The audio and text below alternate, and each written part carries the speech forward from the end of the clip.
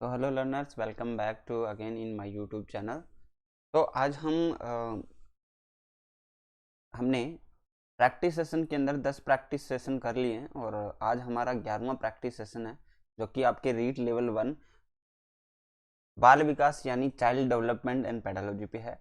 तो हम स्टार्ट करते हैं हमारी आज की क्लास, जिसके अंदर हम 30 क्वेश्चन डिस्कशन करते हैं रोज की तरह, और आज भी हम डिस्कशन करने वाले हैं।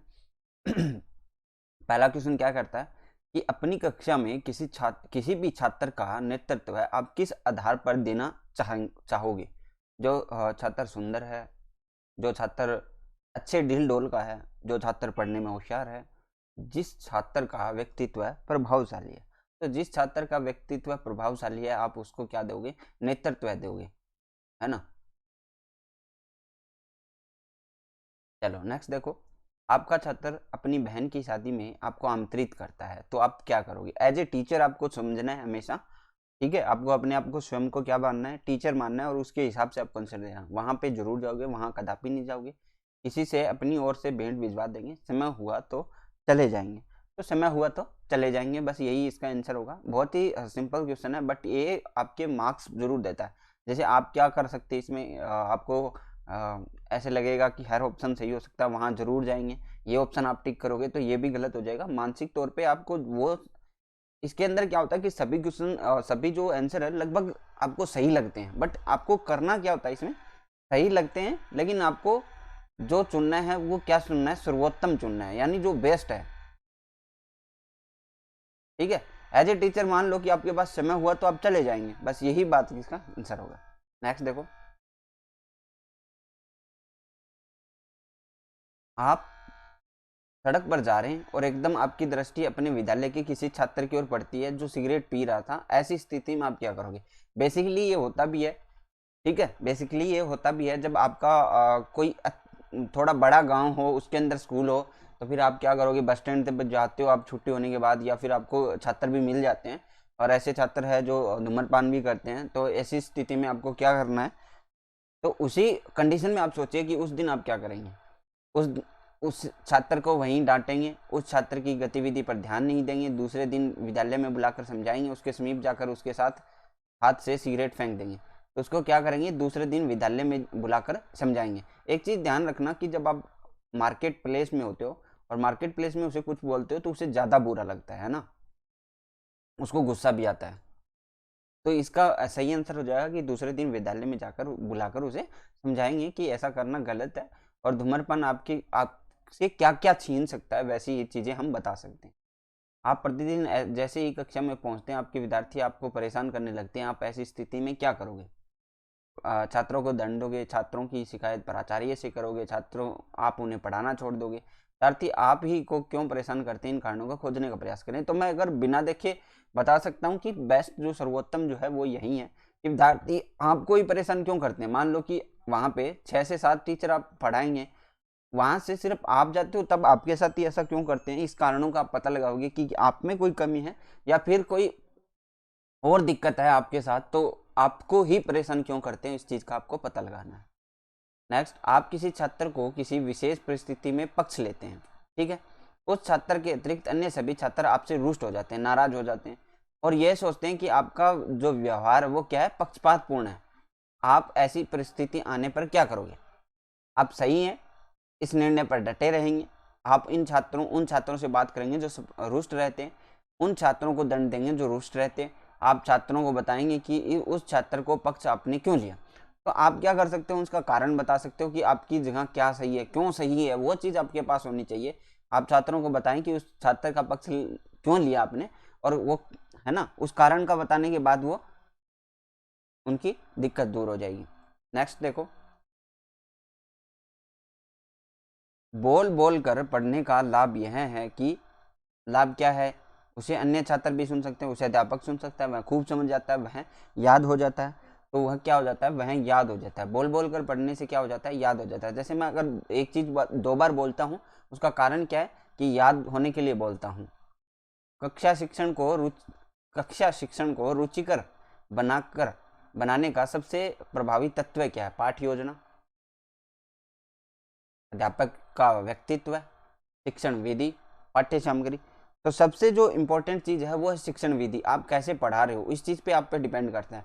आपको पता है कुछ कुछ टीचर जो होते हैं वो बेसिक से इस तरह पढ़ाते हैं कि सभी को समझ में आता है। जैसे हम एक लाइव एग्जांपल लेते हैं, जैसे खान सर है जो बिहार पटना से, और जीके पढ़ाते हैं और वो काफ़ी अच्छे से पढ़ाते हैं। उनका पढ़ाने का तरीका इस तरह का कि जो उसके अंदर क्या है, सारी चीज़ें उसके अंदर बोर नहीं होता, कोई भी स्टूडेंट पढ़ रहा है तो उनके शिक्षण विधि के कारण ही उनके लोग ज़्यादा फॉलो करते हैं ना।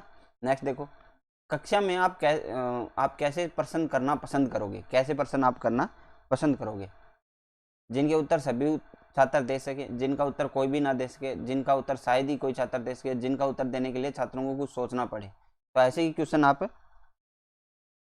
दोगे जिसके अंदर छात्रों को सोचना पड़े, उनका चिंतन, तर्क और सारी चीज़ों का पता चले।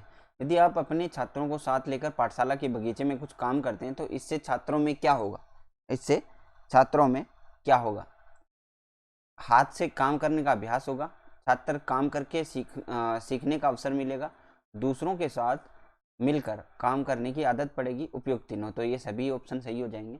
इसमें क्या है, सभी को आदत भी पड़ेगी, दूसरों के साथ काम करने की आदत भी लगेगी और वो अभ्यास भी करेंगे। यदि कोई छात्र अकारण ही आपके साथ व्यवहार करे तो आप क्या करोगे, मतलब कोई कारण नहीं है, बिना कारण ही आपसे साथ क्या करता है, वो दुर्व्यवहार करता है, तो आप उसके साथ क्या करोगे,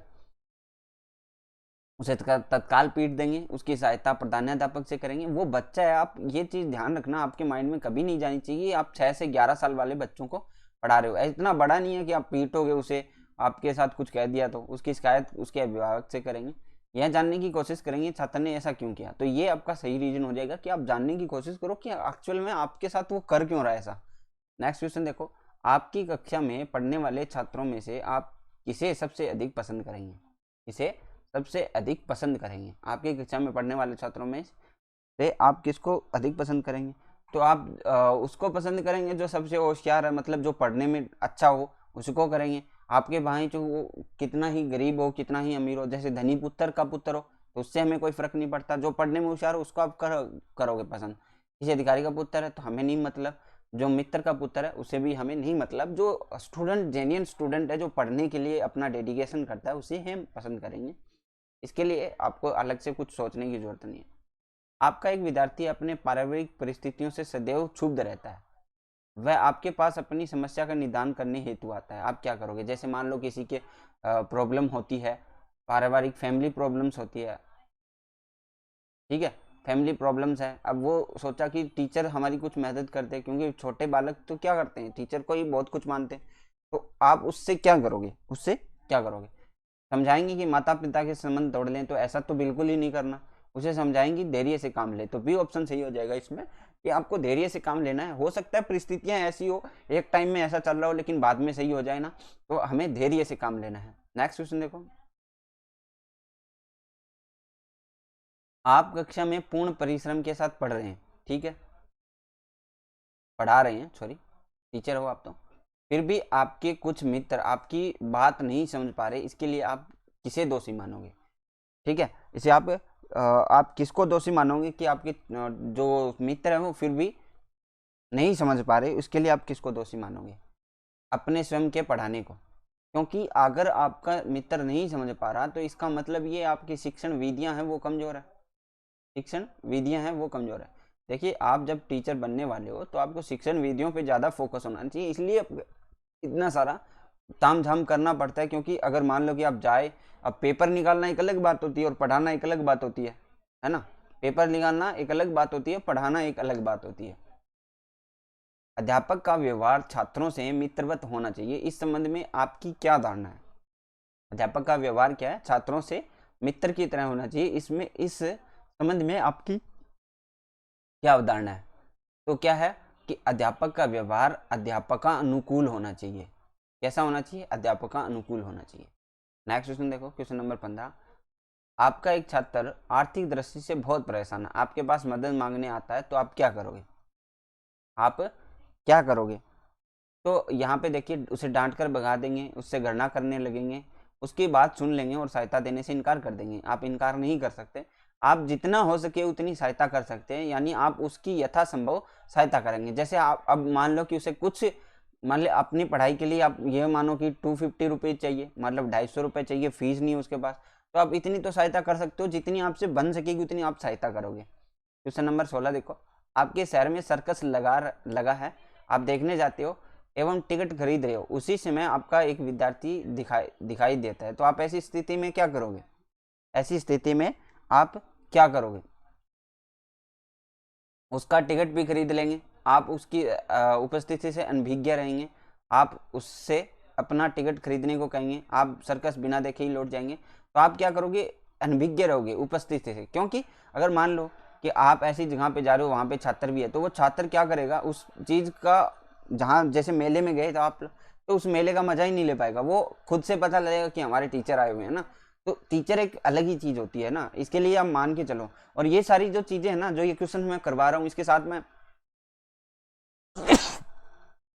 सॉरी, ये चीज़ें आपके साथ एक व्यक्तित्व का निर्माण भी करती है। मतलब आप टीचर बनोगे उससे पहले आपके साथ जो चीज़ें ये मैं जो बता रहा हूँ, एडिशनल जो एग्जांपल दे रहा हूँ, वो चीज़ें आपके अंदर एक टीचर का भाव भी डेवलप करेगी। ठीक है, इसलिए ये क्वेश्चंस भी इंपॉर्टेंट है, साथ में आपकी क्वेश्चन इंपॉर्टेंट हो जाएंगे, साथ में आपको पता चल जाएगा आगे स्कूल में जाके करना क्या है। सही है। आपका एक विद्यार्थी सड़क पर लापरवाही पूर्वक चल रहा है, आप वहां से गुजर रहे हैं, वो आपको आभास होता है कि कहीं वह दुर्घटनाग्रस्त ना हो जाए, ऐसे में आप क्या करोगे? ऐसे में आप क्या करोगे? यह सोचकर आगे निकल जाएंगे कि लापरवाही का फल उसे जरूर मिलना चाहिए। बच्चे हैं, ये चीज ध्यान रखो, 6 से 11 साल के बच्चे होते ही कितने बदमाश हैं। आप जल्दी में अतः इस पर ध्यान नहीं देंगे, आप थोड़ी देर रुक कर उसे समझाएंगे कि सड़क पर सावधानी पूर्वक चलना चाहिए। तो हमें उसे समझाएंगे कि देखो, अगर आप सड़क पर नहीं चले तो आपका एक्सीडेंट हो सकता है, आपके घर वालों को परेशानी हो सकती है, आपको भी फ्रैक्चर हो सकता है और कुछ हो सकता है, तो ऐसे हम समझाना चाहिए उसको। क्वेश्चन नंबर 18, आप अपने मित्रों के अंदर किस प्रकार के गुणों का विकास करना चाहोगे? देखिए, गुणों का विकास हमें टीचर ही करता है। जैसे कोई गाली निकालता है तो वो स्कूल में जाने के बाद ऐसा ना हो कि वो गाली और ज्यादा निकाले, उससे कम होना चाहिए, क्योंकि स्कूल निर्माता है, एक अच्छे इंसान का निर्माता स्कूल होता है। ठीक है, घर से तो वो वही चीजें सीखता है जो उनके घर में चल रही होती है, लेकिन स्कूल में वो चीजें सीखता है जो अनुशासन सीखता है, नैतिकता सीखता है ना। तो देखिए, आप अपने छात्रों के अंदर किस प्रकार के गुणों का विकास करना चाहोगे? तो नैतिक गुण, हमेशा से मेरा फोकस यही चीज रहा है कि आप नैतिक गुण जरूर विकसित करो, अपने आप में भी करो। ठीक है, नैतिक गुण क्या है? एक होते हैं धार्मिक गुण, एक नैतिक गुण। इसमें डिफरेंस क्या होता है कि धार्मिक गुणों में हम धर्म को लेकर चलते हैं और नैतिक गुणों में हम इंसानियत को लेकर चलते हैं। ठीक है, जो ह्यूमैनिटी है उसको लेकर चलते हैं, और ह्यूमैनिटी जब तक इस देश में रहेगी या कोई भी पूरे वर्ल्ड में रहेगी तब तक ये दुनिया सलामत है। आपकी कक्षा में एक छात्र को आंख से देखने की समस्या है। क्या है? आपके छात्र में एक छात्र को आंख से देखने की समस्या है, वह आपसे आगे बैठने का निवेदन करे तो आप क्या करोगे? आप क्या करोगे? आप कहोगे कि डॉक्टर से प्रशिक्षण कर ले, उसे उपयुक्त चश्मा लगाने के, उसे आगे बैठाकर समस्या का समाधान कर देंगे, तो उसे हम आगे बैठा सकते हैं, उसे कम दिखता है तो। आपका कोई विद्यार्थी किसी भयंकर बीमारी से ग्रस्त है और विद्यालय आ सकने में असमर्थ है, नहीं विद्यालय नहीं आ सकता, वह अपने भाई को आपके पास भेजता है तथा आपको अपने घर को आपको बुलाता है, तो आप क्या करोगे? तो आप क्या करोगे? आप उसके भाई से आने का वायदा कर देंगे पर जाएंगे नहीं, ये गलत बात है। आप वहाँ नहीं जाएंगे क्योंकि आपके छात्रों के घर जाना पसंद नहीं है, ये भी गलत बात है। आप वहाँ इस कारण नहीं जाएंगे क्योंकि वह छात्र भयंकर बीमारी से ग्रस्त है और आपको डर है कि वहीं बीमारी से ग्रसित ना हो जाए। आप उचित दवाइयाँ खाकर आवश्यक सुरक्षात्मक उपाय अपनाकर तब वहाँ जाएंगे। तो ये बात सही है डी। मान लो कि आपको जाना चाहिए, इंसानियत के नाते भी कोई भी अगर बीमार व्यक्ति है उसके घर हमें जाना चाहिए। आप उचित दवाइयाँ खाकर आवश्यक सुरक्षात्मक उपाय अपनाकर तब वहाँ जाएंगे, यानी आप अपना पूरा सुरक्षा के हिसाब से प्रबंध करके फिर आप जा सकते हो ना। आप अपने छात्रों के आग्रह पर उनके साथ पिकनिक जाने का कार्यक्रम बनाते हैं, तो वहाँ आप किस प्रकार का व्यवहार करेंगे? सामान्य रूप से व्यवहार करेंगे, सामान्य रूप से व्यवहार करेंगे कि नॉर्मली जो आप करते हो वैसा ही आपको व्यवहार करना है, अलग से कुछ नहीं करना, स्ट्रिक्ट नहीं बनना बिल्कुल भी। नेक्स्ट क्वेश्चन देखो, क्वेश्चन नंबर 22, आपके किसी विद्यार्थी की माँ बहुत बीमार है, वह काफ़ी दिनों तक विद्यालय नहीं आ पाता, तो आप क्या करोगे? जब भी मैं विद्यालय आएगा डांटेंगे, हम डांट नहीं सकते क्योंकि उसकी परेशानियां भी हमें समझनी चाहिए, ठीक है। उसकी अनुपस्थिति पे ध्यान नहीं देंगे, आप उससे कहेंगे कि कम से कम अनुपस्थित रहने का प्रयास करें। उसकी अनुपस्थिति का कारण जानकर आप क्या करोगे? चुप रहोगे, क्योंकि अनुपस्थिति का कारण हमें पता है। ऐसी अनुपस्थिति, ऐसे कारण में जो गंभीर कारण है उसमें हम कुछ नहीं कह सकते। एक आपका एक छात्र हकलाता है, सभी छात्र उसका मजाक बनाते हैं, तो आप क्या करोगे? ऐसा नहीं है कि आपको भी मजाक बनाना है, इस चीज़ का ध्यान रखें। अन्य छात्रों को बुलाकर समझाएंगे कि किसी की कमजोरी का फायदा नहीं उठाना चाहिए। और दूसरी चीज, वो अपने जानबूझ के तो हकलाता नहीं है, वो एक जो है भगवान की देन है, वो आप में भी हो सकती है या फिर उसकी भी सही हो सकती है, ठीक है। तो इस तरह आप कुछ एग्जाम्पल लेकर समझा सकते हो। क्वेश्चन नंबर 24, आपको एक छात्र की माँ का देहावसान हो जाए और इसकी सूचना आपको मिलती है, तो आप क्या करोगे? आप उस विद्यार्थी के घर जाएंगे, ठीक है, सांत्वना के लिए। नेक्स्ट देखिए, आपका एक कोई विद्यार्थी किसी परिस्थितिवश विद्यालय आ जाने में असमर्थ रहा, इस अवधि में पढ़ाए जाने वाले पाठों को आपसे समझना चाहे, तो कैसे करोगे? आप कैसे समझाओगे उसको? मान लो उसका सिलेबस पीछे रहेगा, तो आप उसे क्या करोगे? अतिरिक्त समय देकर पाठ पढ़ा देंगे। क्या कर दोगे? आप अतिरिक्त समय देके पाठ पढ़ा दोगे। प्रयोग विधि क्या है? प्रयोग विधि से आप क्या करते हो? प्रयोग विधि से हम क्या करेंगे कि छात्र को करके सीखते हैं, देखकर सीखते हैं और अनुभव करके सिखाते हैं, ठीक है। तो ये उपयोग तीनों हो जाएंगे। जो छात्र पढ़ने में कमजोर हो, उनके प्रति आप क्या दृष्टिकोण रखोगे? मान लो कि वो कमजोर है, तो उसके प्रति क्या रखोगे? सहानुभूति रखोगे। आप चाहते हैं कि आप छात्रों को जो पढ़ाते हैं उसे वह भूले नहीं। इसके लिए आप क्या करोगे? आप क्या करोगे? गृह कार्य दोगे उसे, और पुराने ज्ञान को दोहराने के लिए बोलोगे, और नवीन परिस्थितियों में अर्जित रोल का प्रयोग करोगे, ठीक है। उपयोग तीनों इसमें सही हो जाएंगे। इसलिए गृह कार्य दिया जाता है और उसको रिवाइज करने के लिए कल याद करके आना है, वो सारी चीज़ें इसीलिए की जाती है। छात्रों की अभिव्यंजना शक्ति और शैली की जांच के लिए आप कौन सा उपाय अपनाएंगे? छात्रों की अभिव्यंजना शक्ति और शैली की जांच के लिए आप कौन सा उपाय अपनाओगे? तो यहाँ पे क्या करेंगे? उनको प्रश्न देकर उनका उत्तर लिखने को कह देंगे, ठीक है। कक्षा शिक्षण की उत्तम प्रणाली वह है जिसमें क्या हो? कक्षा शिक्षण की उत्तम प्रणाली वह है जहाँ पे अध्यापक और छात्र दोनों प्रश्न पूछे। क्या हो? अध्यापक और छात्र दोनों प्रश्न पूछे। अध्यापक उनसे पूछे जो उन्हें बता दिया गया, पढ़ा दिया गया। छात्र वो पूछे जो उनकी जिज्ञासा है, जो उनको नहीं आता। तो ये बेस्ट शिक्षण प्रणाली है। तो आज की क्लास यहीं पे एंड करते हैं। आई होप आपके 11 जो प्रैक्टिस सेशन होंगे उसको आप रिवाइज करते रहोगे, और ये सेम डिटो क्वेश्चन आपको देखने को मिलेंगे पेपर के अंदर, इसलिए ज़्यादा से ज़्यादा इन चीज़ों की तैयारी कीजिए। आज के लिए बस नहीं। Thank you, bye, have a nice day.